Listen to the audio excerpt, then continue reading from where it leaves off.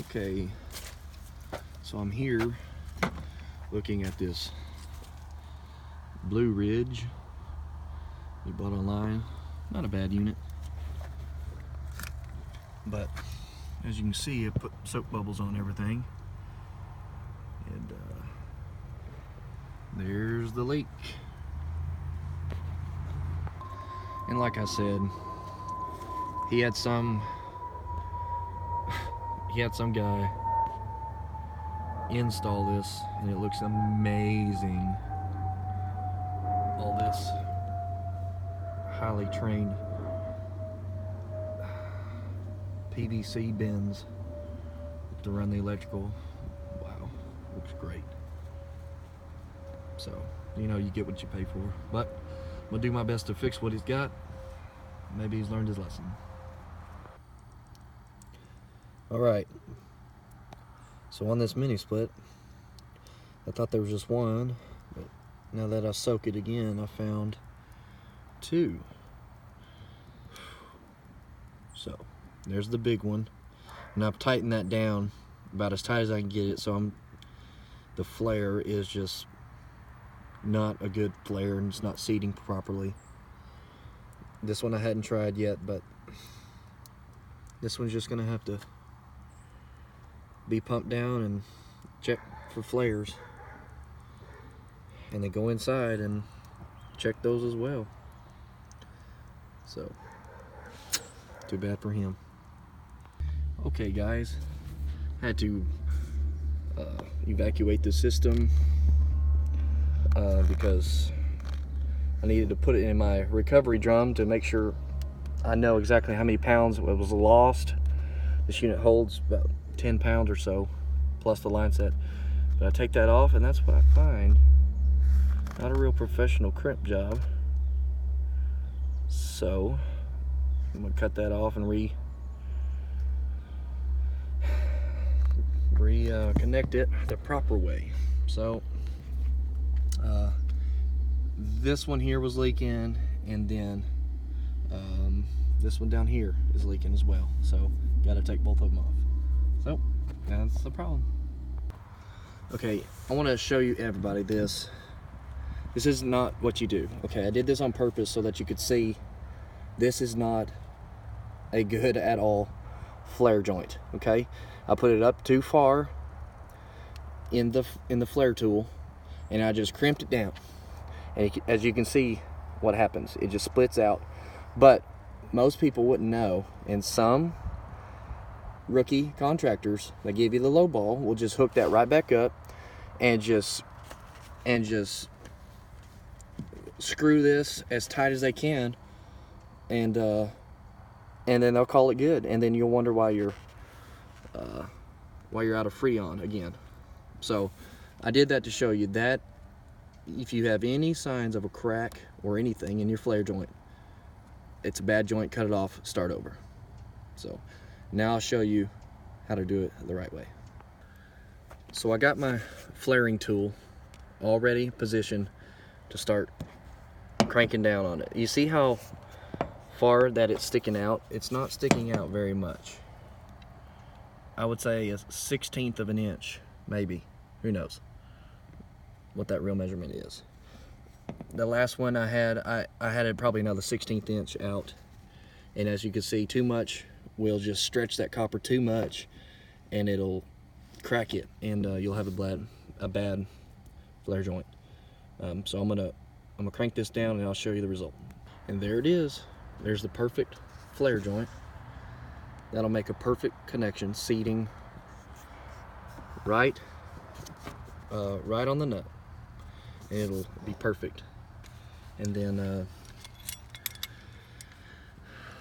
I'll put some nylog on it, and it'll be good to go. Actually, it's not nylog, but it still works. I've got this. Yeah, it is nylog blue gasket and threaded sealant. So you put that on it for extra comfort, so I can sleep at night, and tighten her up and watch it work. Alrighty, got them all flared correctly, the two. They're correct now, and I got it all soap bubbled up, and there's No soap bubbles, no bubbling up. So pretty happy about that. So this one was the one that was leaking there. So no, that one was the one that was leaking. So it's not leaking anymore. And that one was leaking as well, but it's not leaking anymore as well. So that's good.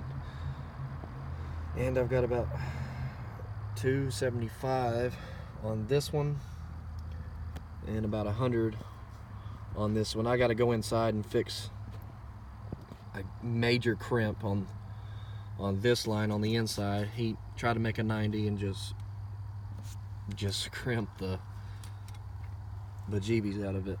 So I got to go and cut that out and sweat it back in. But at least out here it's all tidied up. So I'll go in there and fix that and charge this back up. So this is what that crimp was, and I just put 245s in it and soldered that right up.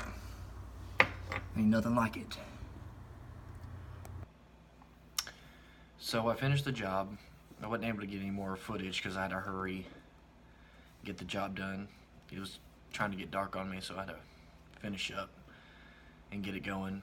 And he was standing around watching me and I guess making sure I wasn't jacking around. I don't know, because I told him it'd be time and material, you know. So finished the job, and the two that were leaking, the two flare joints that were leaking, were the only two flares that the previous contractor, if you could say he was a contractor, the previous contractor only made two flares, and both flares happened to be leaking. He told me that when he showed up to start working, that he had to actually leave to go get a flare tool. He didn't even have one. So I was like, well, there's a telltale sign right there. But anyways, it's done. It's working good. He's back up and going. Seems to be happy. And so, but I guess let this be a warning to homeowners that cheapest isn't always best.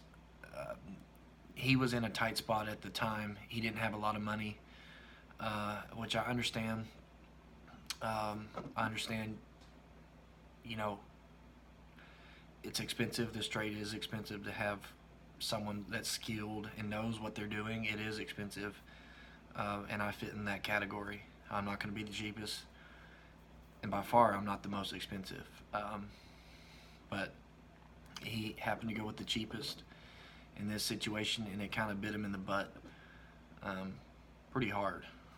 It was a medium-sized bill at the end of the day. So he needed about 7 pounds of 410A and about three hours of labor. So it wasn't cheap for him. But homeowners, you know, do your research. If you do bids, get several bids. Do your research. Don't look just at the bottom dollar. Look at who they are. Look how they're dressed, what they show up in. Look them up online. Look at their reviews. Do some research. Just don't have somebody off of, you know, Angie's List or Home Advisor, and then when they give you a cheap bill, you go, well, that's good enough for me. Because as you can see in these videos, I mean, the conduit is atrocious, and so is the line set, and his flares weren't good at all. Obviously, they leaked within 2 months. He was almost completely out of refrigerant. That speaks of itself for itself. So if you would have had me out the first time, he would have been cheaper. In the long run, it would have been cheaper for him to use me, even though I was more expensive. by a couple $100. You know, I don't remember exactly what it was, but 300, 400, $500. I was more. I don't really remember. I was only ahead that much, and he decided not to go with me. And you know, he spent more having me back out and fixing it. So, anyways, be sure who you know showing up and doing your work. Don't just have any Joe Blow with a one chuck in a truck showing up to your job with a handful of tools and says he's been doing HVAC from the 80s. Don't trust those guys. Look them up online. Make sure they're legit. That way you don't get messed over in the long run. Anyways, so hope you enjoyed this video. Hopefully you learned something. Hopefully I provided a good service for you. And thank you for watching.